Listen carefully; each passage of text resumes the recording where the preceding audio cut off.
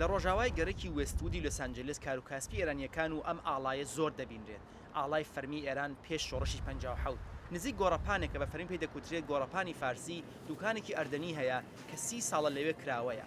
یەک لەوانەی لێرە کار دەکات و دەڵێت ناوی ڕەزایە سەبارەت بە هەڵبژاردنەکە دەڵێت بهتر خود مردم ایران خەڵکی ئێران خۆیان باشتر لە هەر کەسێک دەزانن چی بۆیان باشترە. کاندیدەکان دەبێت ڕێزێکی تەواو لە ئێرانەکان بگرن. ئەلبەت کۆمەڵگەی جیهانی پێویستی بەرەنگاری حکوومەتی گەندەڵی ئێران بکات کە خەڵکی ئێران نوێنەرایەتی ناکات. ترامپیش باشترە ئەوەندە درۆ نەکات و چیتر هێرش نەکاتە سەر ئێرانیەکان. خاوەنی ئەم دوکانە ئوردنیە فەرید خانلووە کە ئێستا نزیک بە 40 ساڵ دانیشتوی ئەمریکایە و دەڵێت دەنگ بە هیچ کاندیدایەک نادات. من ناتوانم بڕوا بە هیچ قسەیەکی ترامپ کەم و کلینتۆنیش بۆ ئابووری خراپە، چونکە بیمەی ئۆباماش گرفتی زۆری بۆ من دروست کردووە. من نزیک بە 30,000 دلار پارەم لە ئۆباماکێرا سەرف کردووە. هەر لەسەر ئەم شقامە ئێرانێکی تر قسەمان بۆ دەکات. من کۆماری خوازم و پشتگیری لە داناڵد ترامپ دەکەم، بەڵام هۆی سەرەکی ئەوەی پشتگیری لە ئەو دەکەم باسی ئابووریە. من لەسەر ئەو باوەڕام ئەگەر ترامپ ببێتە سەر کۆمار ڕەوشی ئابووری بۆ هەمومان لە ئەمریکا باشتر دەوێت.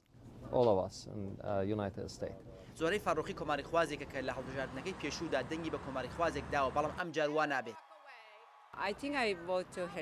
پێم وابێت دەنگ بە هیلاری دەدەم. من جاری پێشوو دەنگمدا بە کۆماری خوازەکان، بەڵام ئێستا حیزبەکەم گۆڕیوە. کاتێک باسی سیاسەتی دەرەوە دەکرێت، وەشانگەری گۆڤارێکی حەوتانی ئێرانی دەڵێت ئەمریکایە بەڕەچەڵک ئێرانیەکان زیاتر ترامپیان بەدڵە. کۆمەڵگەی ئێرانیش لە وڵاتەدا هەروە کۆمەڵگەی ئەمریکا بەگشتی بەسەر دوو بەشی جیاوازە دابەشبووە. بەڵام هەندێکیش لە سیاستەکانی ترامپ دەترسن.